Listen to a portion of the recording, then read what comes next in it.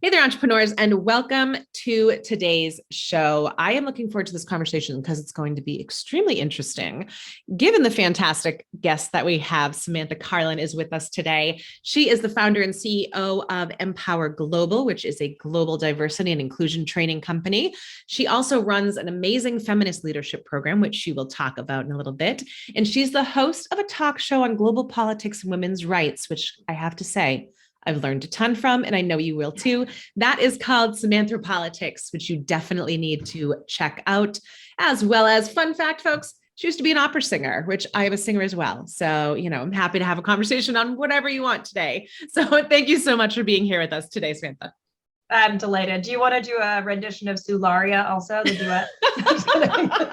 We'll just jump into, random things because you never know what's going to happen on podcast land. That's right.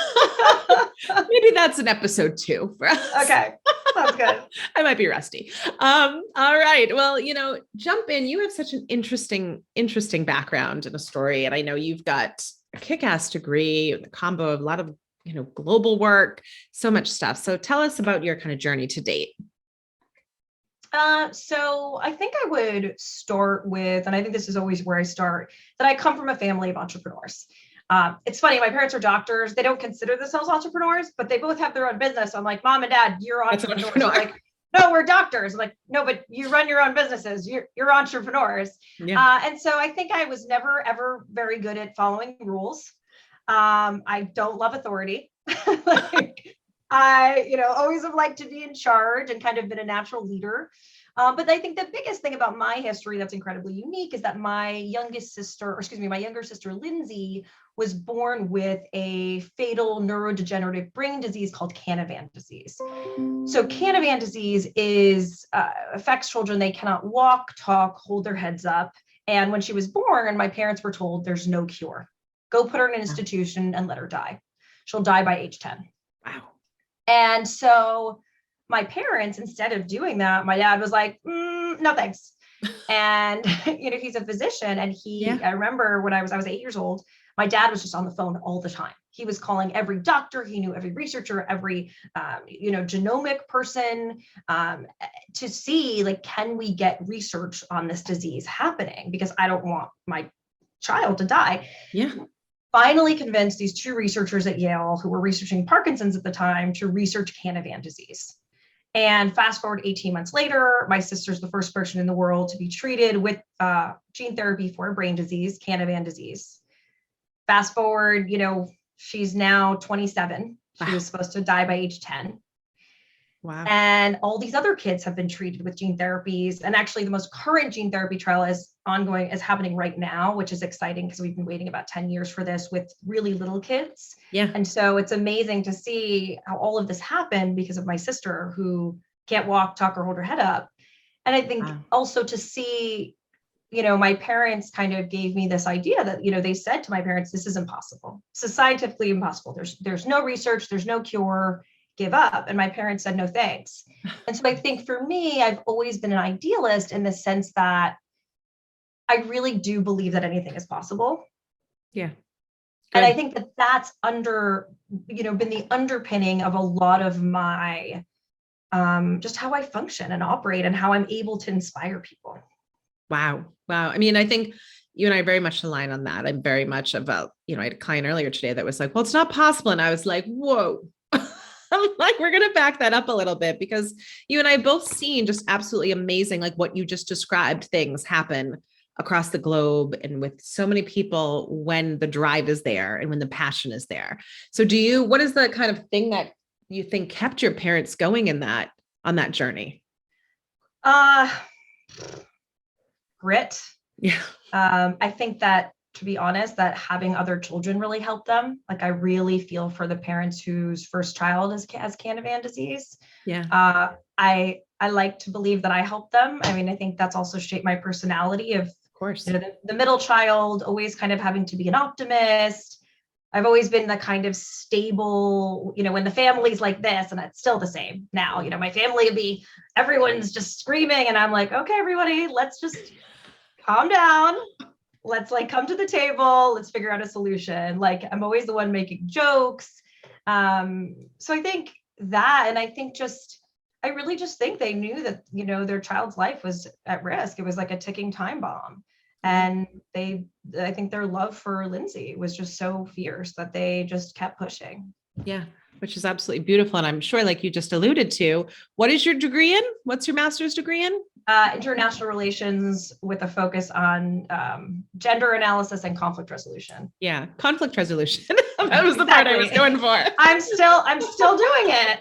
It's so funny. I didn't know it would become a career. Yeah, yes. But you're right. I think a lot of us can look back and say, okay, well, we can see where that came from, right? All of the different skills that we acquired even when we were younger, and the role models, which your parents sounded like they're pretty good ones to have, especially in the entrepreneurship realm. So then, what kind of catapulted you beyond what we're talking about here into, the global relations part of it and the women's studies and all that stuff? Yeah, so I did my undergrad at Tufts in my master's, or excuse me, my undergrad was also international relations, but I was simultaneously singing opera. So it was always like, you laugh, Michelle. I was like, I ran from encounters with the Middle East, like having dialogue with students in Lebanon, to play practice. Yeah, and exactly. It was like to this duality of personalities. And I really got into gender issues. My senior year at Tufts, I was able to cross-register at the Fletcher School, which is where I ended up doing my master's in a class that's really complicated sounding. It was gender analysis oh my gosh, I can't even remember. It was so confusing. It was like gender in complex humanitarian emergencies or something like that. Wow. Yeah. And the teachers were amazing. And I was just like, oh my God, this is a whole new prism to look through. And it's basically this premise that the world we live in was created for white, wealthy, slave-owning men, or property-owning men.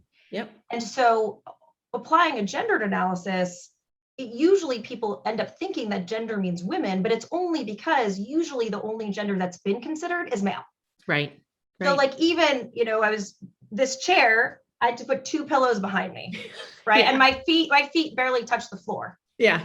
Yeah. Like I was playing golf the other day and like my feet can't touch the floor. I'm like, I can barely touch the back of the seat. I mean, that's a very small normal microcosm. Thing. But it's normal. But it's made for men. So, when you apply that lens to global conflicts, and so on my show, Samanthropolitics, I'm always asking, what was the women's role in this? Or looking at women's rights activists who usually are kind of discounted. It's always just like, oh, the government did this, the rebels. Nobody wants to look at the nonviolent actors. It's not sexy. Exactly. Yeah, exactly. Which is usually the women. Yeah. And they're usually doing amazing behind the scenes work. So I always try to bring that lens. Yeah. And then I think another really big turning point for me was watching the movie The Whistleblower. Have you ever seen that? I know of it, but I have not seen it yet. It's on my very long list of movies to see. Really influenced me because I actually was working in tech after undergrad. I don't know how that ended up happening. And I watched this movie, which is about this true story of a woman who undercovers a sex trafficking ring during the Bosnian War. I think it's during the Bosnian War. And she tries to bring it to her higher ups. I think she was at the UN at the time. She tries to bring it to her higher ups, and basically it keeps getting shut down, who are all men. Yeah. Then she was blacklisted from working for international aid organizations. And I just was like, oh my God, like I just had this moment of being like, I know that I have like a greater purpose out there. So I finally went back to graduate school. I was the first person to graduate with a master's in gender analysis, which was really exciting. And then, we'll dive into how that led me here.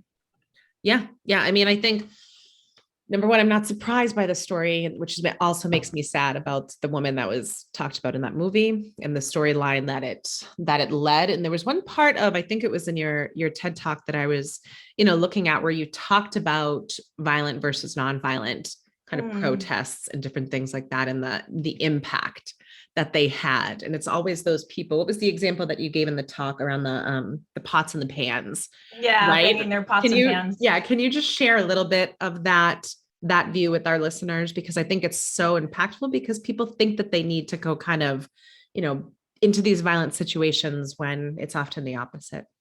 Yeah, so the research shows, and there's really good research from USIP, Maria Stefan and Erica Chenoweth have published a lot on nonviolent protests, and they actually show that nonviolent protests are more successful at overthrowing a regime than violent protests. Yeah. And so why is that? So one is that they're inclusive. Not everybody wants to, if somebody comes and asks me to join a revolution and says, oh, you're going to have to kill people, I'm going to say no, thanks. Exactly.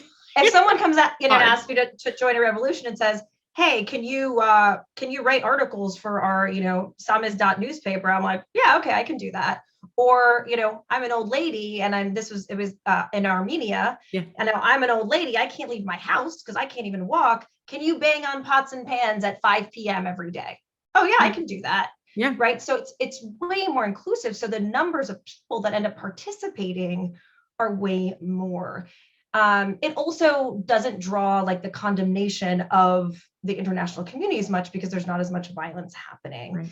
Right. Trying to remember the other reasons that my TED Talk was a while ago now, but those are some of the aspects. No, I think it's wonderful. And kind of like the example that you just gave too, the nonviolent ones actually, I would assume, play on people's strengths and leverage the strengths of the individual person. Like you said, like my forte might not be going and shooting people, but I can write like hell, right? Or speak or do different things. So it's kind of the power in the collective. So, I mean, moving forward, because you've, again, like so many interesting conversations that you've had and roles that you've had, what's kind of brought you to where you are today with feminist entrepreneurship? So I talk about the things that I do in 3 buckets right now. I do diversity and inclusion training for companies. I run my women's leadership program and I do my talk show. Right. So I'll talk about mainly the talk show and the women's leadership program because I think they're the most unique. Yeah. So about and in terms of resilience, go back to March 2020. Mm-hmm. I had just come back from living in Spain with my ex-boyfriend, who I was very much in love with. Yeah. He broke my heart in about February of 2020. I was moving around the world with him. I moved to Spain with him. I moved to Boston with him. We moved back to DC. I was actually doing a diversity and inclusion training for a company in Chile in February 2020. Right before COVID, and he broke up with me. And I was like, my world was gone. And I also was like, so then COVID hits. So he moves out. I now have a 2-bedroom apartment that we need to pay rent for. And all of my corporate trainings that I was doing get canceled because it was before people realized, oh, well, we can take this DEI training and we can make it virtual. Right. Or this women's leadership training. And that was most of my income, was doing corporate workshops. Right. So I'm all of a sudden have no money, broken heart. It's COVID. So everything's shut down. And I, to be honest, like was in one of the worst places I think I've ever been in my life. I mean, it was really hard to go through a breakup with someone you thought you were going to marry and also be like, I can't pay my rent. And that's when I came up with the idea for this leadership program. And the concept was, well, I've been doing coaching for women on and off for about a decade. I call it women's empowerment coaching, but really helping them step into their power, find their strengths, access their voice, negotiate, not feel bad about themselves, stop saying yes to everything, a lot of kind of confidence stuff. But then also I have this master's degree in international relations and gender. Yeah. And then, I did this TED Talk and started to go down this rabbit hole of research. And what I started to think about was, could I link a lot of these trainings I'm doing together into one program? And the other piece of it was COVID. And so I think since this is a podcast about entrepreneurship is about recognizing the hole in the market. Yeah. What is missing? What do people need? Right. And I could feel, myself included, this incredible sense of loneliness that everybody was having, and including the women in my program or even people I met with, they were so lonely. And the world was trying to supplicate loneliness with, a 5-minute virtual, happy hour, which was terrible. Yeah. I mean, just bad. It was like, okay, I'm really going to gain meaningful connection from 5 minutes of talking to a stranger on the internet. Speed networking. No. Yeah. No, you're not. You're just not. And I saw people had a deeper need for meaningful connection. Mm-hmm. So that's what I decided. And this is, I think, part of feminist entrepreneurship as well, is I'm going to do a small program. So it's going to be 8 to 10 women max. It's going to be long. So now it's every other week for 11 weeks. And it's 2.5 hours every session. so that women can really have the time and space to form meaningful connections with one another. Right. And that's how the program started.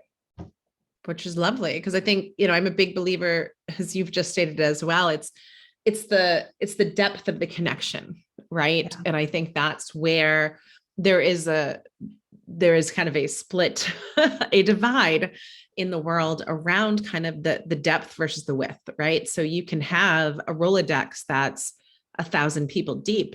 Do people even say Rolodex? I mean, whatever that is, you know what I mean?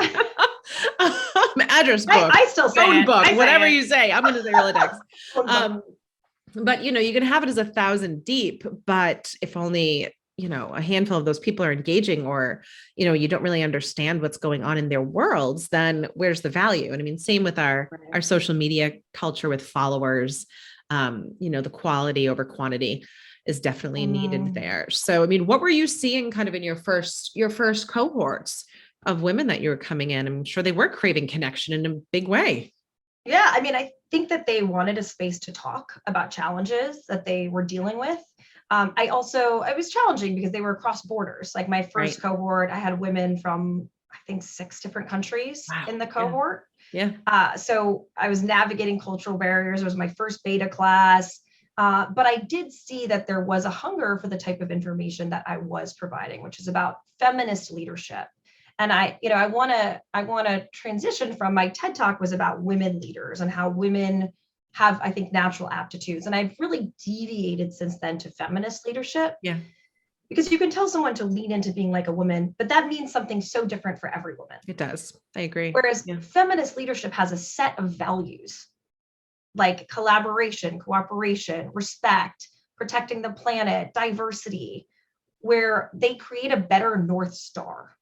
Treating people kindly, humanely, human-centered design. I think they create a much better North Star to say, okay, these are the values we need to abide by as feminist leaders, versus just saying, well, be empathetic because that's what you're like.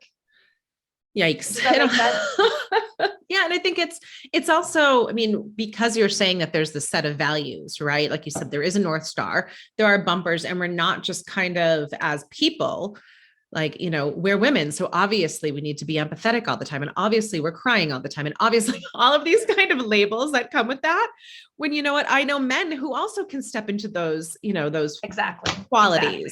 So it's more about lending itself to the ability of a leadership model, in itself, and less about the box of the person, right? Or the gender, right? Exactly. And to be honest, I teach a lot of the same stuff. And when I teach inclusive leadership courses, I just don't say that it's feminist because the men wouldn't show up. Right. You know what I mean? But it's whole person. That's what it feels like to me. Like, you can, yes, just keep talking. I'm on board. So talk us through, like, how do you walk somebody through, like, defining what that is and kind of finding that in themselves? So I say that it's in inner power. I help people understand their inner power and their outer power. So inner power, I've developed something I call the Intrinsic Power Map, which is a combination of your strengths, your personality attributes, your talents, your network, your purpose, and your values. And that's kind of something I've come up with after years of coaching. And the idea is to be like, what is your unique value proposition? Yeah. Both for the outside world, whether it's romantically, for a job, and also to yourself. Yeah. Where's your North Star? The feminist leadership is a systems level, but this is kind of your inner level. Yeah. What is your inner star that's driving you? And what, like I found in terms of self-confidence, what really helps women is to understand what makes them them. Because we're always, since we're kids, we're in a comparison game with everybody else. Yes, we are. Yep. It doesn't matter, Michelle, whether you're blonder or I'm blonder, because you're you and I'm me. Exactly. And there's certain things that makes me and me you. And our career trajectories don't look the same because we're not the same person and we have different things to offer the world. Yep. But if you don't have that inner insight, I think it's hard to know how to separate and to basically fall into the comparison trap. Or alternatively, to fall into the external power, which is that your value is determined by whether you have a boyfriend or a husband, whether you how much money you're making, whether you got the part in the play. And so then if you don't have that kind of intrinsic knowledge, then you're leaning on just accomplishments. And so if those fall, you fall with them. Right. Right. Yeah. I mean, I think that's so valuable to say, especially for our ladies listening. I mean, men too, but mainly women. Like, we come out of the womb and we are starting to be told what is the right way to be. Right. I was just watching a random video on Instagram the other day that was, okay, they told us you had to have this waistline. Then they told us you had to be this. And then they moved, the target's going to keep moving, no matter what it is, because it's based on marketing, sales, driving, all that good stuff. So being able to kind of figure out what you are, regardless of that stuff, or in addition to that stuff, or however you want to say it, I would imagine you have a lot of light bulbs go off for women, and it's got to be almost kind of this tear down to build up. Yeah, it is a little bit. And that's why the second class, that's actually a later class, the Intrinsic Power Map. The second class is called, you're going to laugh, Michelle, Deconstructing Your Inner Patriarchy. So, well, needed. and that's the systems approach. That's looking at, what were you told that it means to be a woman? Were you told that if you had sex, you were a whore? Were you told that you're not supposed to take up space? Were you told you're not supposed to be angry? Or if you're angry, you're crazy? Were you told that you were supposed to get married and not have a job? What were you told about being a woman? And it comes from every angle. I mean, even the fact that we have a gender wage gap and that women get paid less than men. Yeah. What does that say? That sexual harassment is allowed to go on in workplaces. And that, well, I think prior to Me Too, but it still happens, that women who report rape, they're fired and the men aren't fired sometimes. Yeah. You know, it's ascribing a value to women that is less than men. And it's unconscious. It's coming at us from all angles. So I try to expose women to that, to realize, because I think that a lot of times self-confidence is rooted to that. Mm-hmm. Yeah. Because you're programmed. Value. You've been programmed, and you don't even, I think that's the thing, is once you see it, you can't unsee it. I think, and I know some of our listeners are probably saying, well, it's not as bad as they're making it out, but it is if you look close enough. I think that's the key, is once you start to kind of see in patterns, you know, and also I think we've been, as women, kind of trained to turn on one another as well with that, right? So you're either sleeping around and you're a whore, or you're not sleeping enough, so you're not sexy enough, or you're not, like, there's always like this kind of, anywhere you go, you hit a wall. And when it comes to the pay gap, you know, you've heard some leaders say, like, don't ask for a raise. That's rude, right? Like that whole thing. And you're like, wait a minute, but if I do it, it's rude. But if they do it, it's, you know, ballsy or ambitious, or, you know, so it's, but I love the fact that you go kind of intrinsic, and then to how you plug into that societal structure, which I think is key, right?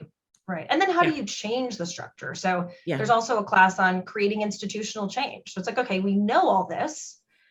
You want to create change on, you know, plastic pollution. And we had a woman who's Jackie, who's amazing, who's done a lot of work on that. Like, what are the steps that you take? So I've had speakers come in to talk about, okay, well, strategic partnerships and media and task forces, and who do you talk to, and creating low hanging fruit, and understanding. We even do something called, I call a power analysis, like understanding invisible power, direct power, and indirect power. Yeah. And who holds the power, but who's influencing, you know, tobacco companies, you could say, with smoking, hold the power. But it was also the advertising industry that had indirect power, because they're showing people that are sexy smoking cigarettes. Yeah. So then the way that you target, you know, the tobacco companies is different than the way you would target the advertising industry. So it's kind of helping people to say, okay, I want to create social change. That's great. But let's deconstruct your issue and kind of pull it apart, so we can see, where are you uniquely suited? Do you want to change policies in Congress? Or are you going to launch a docu-series on humanitarian activist women, which one woman is doing? So where is your role to play? Right. And the fact that you are strategically kind of breaking it down as well, because I think that's where I would imagine people get frustrated, is their voice isn't heard, or they aren't seeing an impact, or they don't, but there are so many different players and pieces. And I mean, it's very similar to sales, right? The what's in it for them factor, and kind of, you know, I mean, I hate to say it, but I'm going to following the money on some of these as well, to see who gets impacted at what level, and then finding the easiest point of entry for yourself. Yeah, absolutely. Right? That's amazing. So once you get them kind of through these steps, are they good? Are they all good? Like what's the maintenance part of it? You know, how do you keep up with that? Because it's so easy when you're bombarded with all this information to kind of slip back. Yeah, I mean, I think that there's a couple, now that I have had like a critical amount of women go through the program, like it's going to be 50 women either in or alumni starting in the end of October. Nice. And so that's a significant amount of women leaders. Yeah. And some notable alumni, an Emmy award-winning journalist, a couple CEOs. So that's actually the part I'm starting to figure out now. So first of all, one thing they have to do during the program is called a change initiative.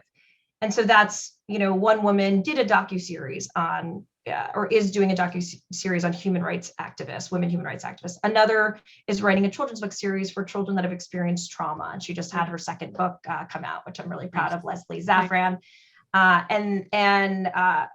Others, it's to pass something through Congress. So after the course, we do a 1-month check-in. I facilitate it for the first 3 months, and then I ask them to keep facilitating a monthly session for their group to do a check-in on their change initiatives, and also just to do a check-in. Because this becomes not just this group becomes, we call it the wolf pack. Yeah. They become really close with one another. Yeah. And, and it's crazy because many of them have never met in person. I mean, almost all of them. And yet they trust each other with their innermost secrets and to talk about hard things that are happening. So some of the women from the first 2 cohorts, when I wasn't doing that, started doing that anyway without me facilitating it. Right. But I'm now looking at this as not just, these people go through the course and they're gone. They're still part of the Empower community. Yeah. So I have a Mighty network. So something I'm starting to do in 2 weeks is an ask and give circle where people can come say, I'm looking for clients. I'm looking for a book publisher. I want to get on blah, blah, blah. Mm-hmm. And someone else in the group can say, I can help you with that. So kind of a referral circle / just because women hate asking for stuff. Yeah. But if they're in a safe enough space, we will. Right. With women that they know. And this goes back to what you said about women putting down other women. Every woman in this program is committed to uplifting other women. There is no toxicity. There's no gossip. There's no negativity. You are there to encourage and support. Yeah. And everybody knows that. And so it's a safe space where they know that someone is going to come through for them. And so I'm going to do ask and give circles. I just started putting into preparation a retreat. So I'm thinking Costa Rica or Mexico. Wonderful. And that will be more, less feminist leadership course and more music and bonding and yoga and, there's always going to be some planning to, dismantle the patriarchy at anything that I do. But but we can do it alongside a dance floor and some other stuff, exactly. Right? We can do a dance party first and then dismantle the patriarchy after. Yeah, it's okay. We can do that all in the same 24 hours. That's cool. Yeah. So, and the other thing I do, Michelle, is I intentionally match women within their cohort first with other women in their cohort for a one-on-one meeting. This is part of creating the bonding. Right.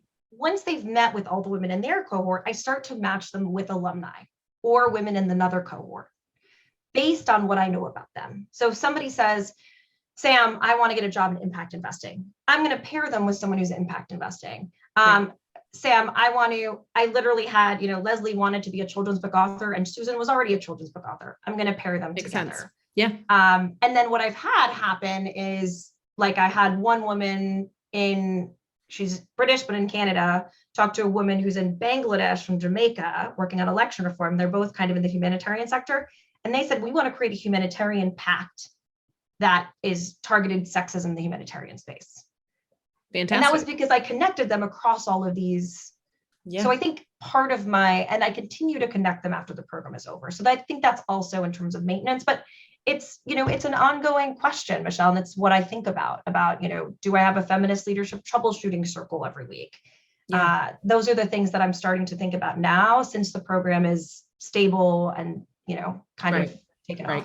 Gone through beta and all that good stuff, which is great that you did that too. And I think, the like breeds like, right? So if you can kind of start the waterfall with this group and with this mentality, then they're just the ripple effect is going to be pretty immense. I mean, just by some of the things that you just described right there, the impact is going to be, tenfold coming out of that. Yeah. And so just to kind of come full circle with the feminist entrepreneurship, I mean, if somebody's listening right now, beyond signing up for your program, which we'll talk about in a moment, but beyond that, what can they kind of look at, tomorrow when they set foot in their work environment, or, how to make kind of even those micro impacts, whether it's looking at themselves, or how can they begin that feminist entrepreneurship journey? So I think it's different if you're an entrepreneur versus an entrepreneur, because if you're creating change within your company, I think it's different than if you have your own thing, because you just have greater capacity. So, I think I'll go for an entrepreneur first. Like, for example, a couple of things that characterize feminist entrepreneurships are ethics, right? And not compromising your ethics for for money. So Facebook right now is a prime example of not feminist entrepreneurship, and the way that they put, profits over the self-esteem and suicidal ideation of teenage girls, and said, oh, well, but we would still want to make money, so we don't care, right? That's not. Versus like one thing that I've dealt with in my talk show, I'm liberal.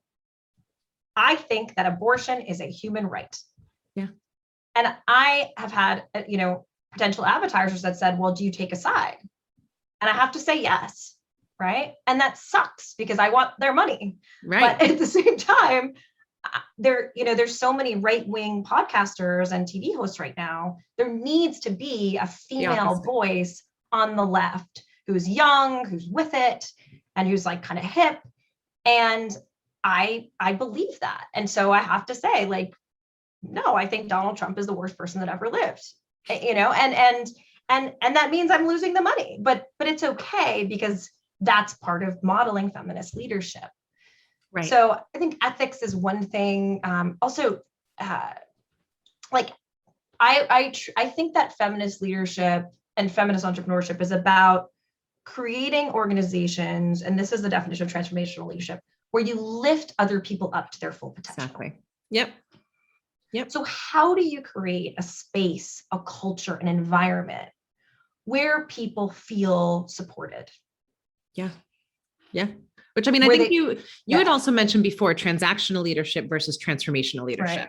Can you give people just kind of the difference between those two things? Because I think it drives the transformation part home a little bit. So transactional leadership is based on the systems of risks and rewards. Right. So, rewards and punishments. Yes. So, if you do this, you're going to get more money. Right. If you don't do this, you're going to be fired. And it's all kind of a competition.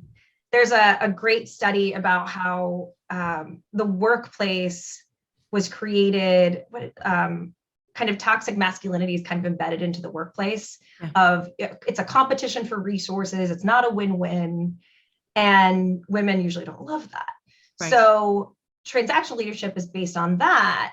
And it's also, I think, it's viewing things on transaction. So if you think back to Pretty Women. Yeah. I mean, as much as I think, I know, as much as I think that movie was weirdly, I think it was kind of a cluster, because it was like, weirdly anti-feminist, but also feminist. Yes. It was a very interesting mixture. It was confusing. But if you go back to that basic example, she's bringing to the attention of Robert Redford, like, but it's wrong of you to do this. He's like, but this is where the money is. He's like, but it's wrong. Like, you're putting out of business this small family-owned thing, and you're not really being, you're not being honest with them. Yeah.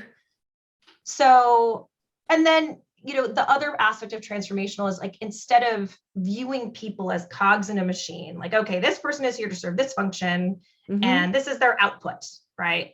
Right. You're viewing people as whole people. People are complicated. Go figure. Yeah.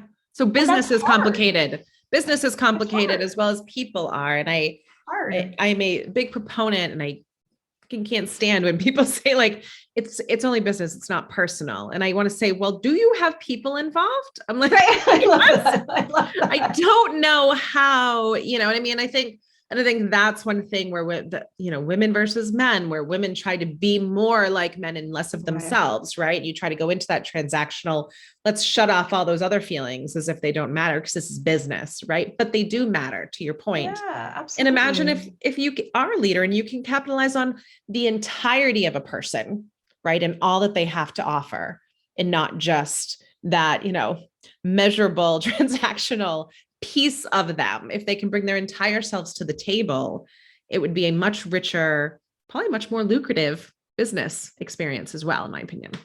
Yeah. And that's what I say. I think another area that a lot of people struggle who are type A is delegation. Yeah. And I always say, when women are, I'm burned out, I'm overwhelmed. Have you really audited, like, what is the strengths of your staff? Have you had them take strengths 2.0? Have you had them do personality tests? What are they good at? And what do they want to do? Where can they take the burden off of you? Right. You don't have to do everything. Or what can you teach? Who has potential to be taught something, right? You don't have to be self-important and do everything yourself. No, you don't. And I think, I'm always a big proponent is the best leader doesn't have to be good at all the things. They just have to surround themselves with, the best people. And then honestly finding out, why are those people walking through the door? Or why are they even there? Period. What drives them? What drives them? What do they want? Yeah. And treating them as people. I mean, saying at Monday morning, how was your weekend? Yeah. Instead of being like, okay, this is the list of things we need to get done. I'd like a report by 5 p.m. on where they are. Like, you're like, hey, how are you? I'm good. How are you? How was your daughter's bat mitzvah? Whatever. It's not, and that's what always blows my mind is it's not rocket science. It's really just good humaning. That's kind of what I say. Like, it's just, and I think if that is kind of one of the roots of feminist entrepreneurship and feminist leadership, and just the fact that you bring ethics to the table, right? Because oftentimes, like you just gave in that example of the transaction, like, is this transaction that you're doing really what you meant to do? Like ethically? Or did you just lose sight of kind of that litmus test that you had to do before you moved forward, or as your company grew, or as you became more detached from the lower level or your original mission, right? But at least if you have the ethics defined to begin with, you have anything to kind of bounce it off of, right?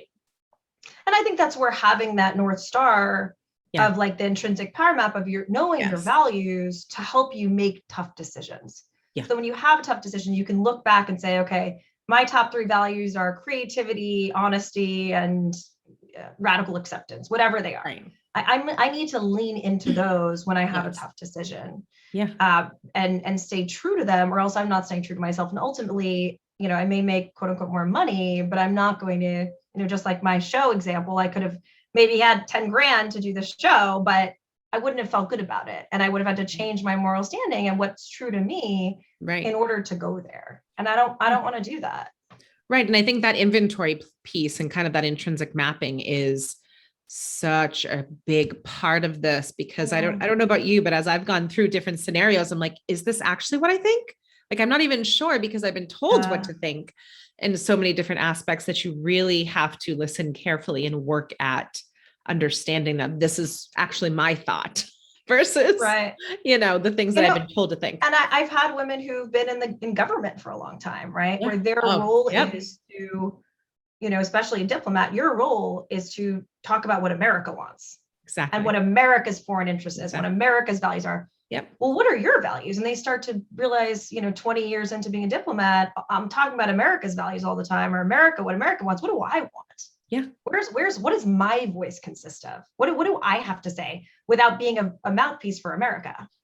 Right. And what you just described right there is also what many mothers, many wives, many kind of, women who go into any of those types of roles too, because it becomes, especially in being a mom, it's like, what do my kids want? What's best for my kids? What's best for this? And then you are, second tier. Whereas I think they could be on the same playing field potentially in some situations, right? Like, or at least to give pause to long enough to at least acknowledge that fact, right? You don't have to drown yourself for the benefit of others. Right. Exactly. Yeah. So, we could talk about this all day, and I think you're lovely, and you bring so much great energy to the table and to your cohorts and everything. I just see amazing things happening down the line for this. So tell people where they can find you and some more information if they are interested in getting involved with your program. Sure. So in terms of my women's leadership program, you can go to www.empowerglobal.net, EMPOWER.net, and then click on Women's Leadership Challenge on the left. You can also just be added to my mailing list, which is a little bit easier. So if you text the word empower, EMPOWER, to the number 66866. So that's empower to 66866. It'll send you a message and say, what's your email address? And then you just send back your email address, and then you're on the mailing list. I am taking applications right now for the spring winter cohort, so January, February. Right. But the spots, like I said, and this is part of feminist entrepreneurship too, is I like to scale deep rather than scale big. Right. That's why I only have 8 to 10 women. So if you're interested, you need to apply ASAP because the spots do go incredibly fast. Yeah. In terms of my talk show, so you can go to www. This word, I'm like, should I have picked it? It's so confusing. Samanthropolitics.org.